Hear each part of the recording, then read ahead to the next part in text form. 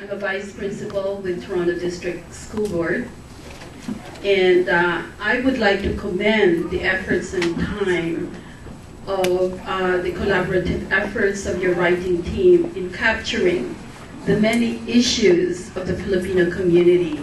I personally believe that it's high time we have something scholarly and academic, because I believe that in our community there are so many professionals, but we need to bring it out. We need to really document it, and this book hopefully will serve as an inspiration to many others. Thank you.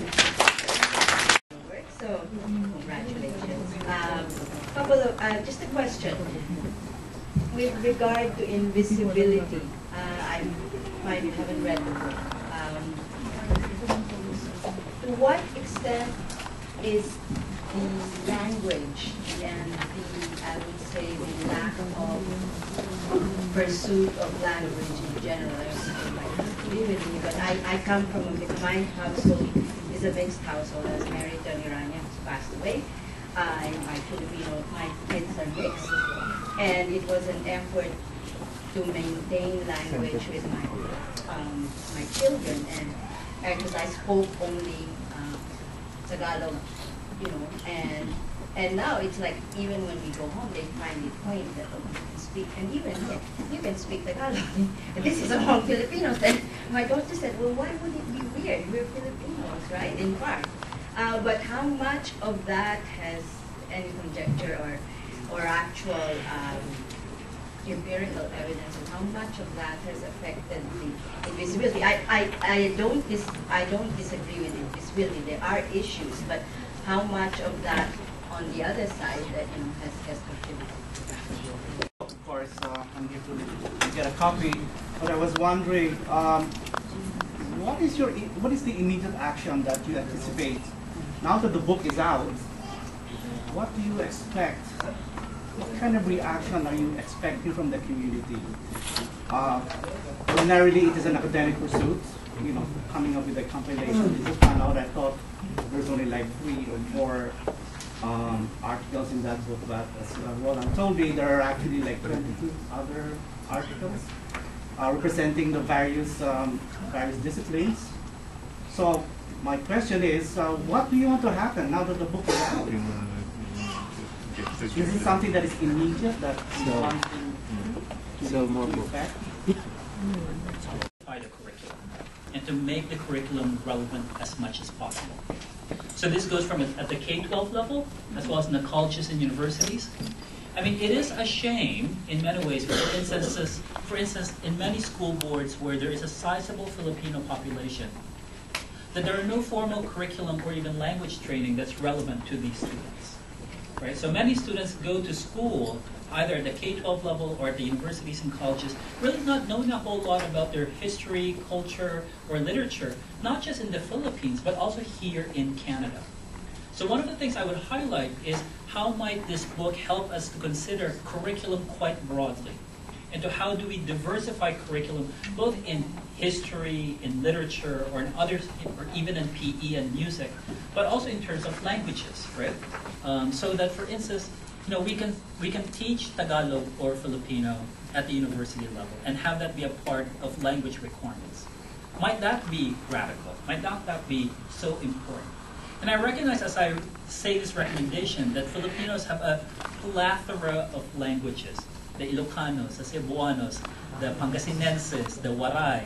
I mean, I recognize the diversity of languages even amongst Filipinos. But if we could even start by saying, we should have Filipino as something that is taught in the high schools or in the colleges and the universities, that is such a radical move by this community to put forward that we are here, that we matter.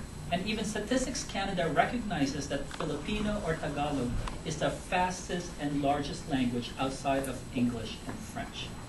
We need to capitalize on these opportunities when the National Statistical Office recognizes these opportunities, and for us then to move forward with some really viable recommendations at the school board level or at the provincial level so that we can have the kind of curriculum that we need to have for our young people.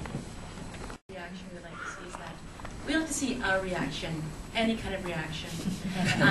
Because really, this is really just the start of what we hope would light a fire in having more than one volume, 2, 3, 4. I want to see more than one bookshelf filled with Filipino-Canadian material. I remember going as an undergrad and as a graduate student going to the library trying to find something on Filipinos in Canada, and I cannot tell you how I had to go to Filipinos in Hong Kong, Filipinos in America, but there was nothing really in the libraries that would take me to Filipinos in Canada.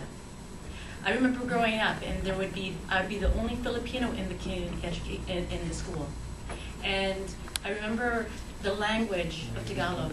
I do not speak Tagalog. I do not understand Tagalog. I'm one of those who has that invisibility. But my children do understand a little bit of Tagalog. So there is that visibility that is re-emerging. At the same time, there was plethora languages. My mom, who is here tonight, speaks Pangasinan. So I want to point out that, as Roland has said, there are many languages that are out there, and we need to also recapture that. And that is part of the efforts that we want to have, is we want to have a reaction. Maybe we can next time we can have a book that is written in Tagalog, and then from there on we can have show our multiplicity in being Filipino. It's not just Tagalog, but there is much more languages, much more to our micro identities that we have. Usually when I meet somebody from the Philippines out in the street, they always ask, where are you from? Right? And usually that highlights which language will you speak, what commonalities do you have? And I think there's some kind of reaction that we can have with that.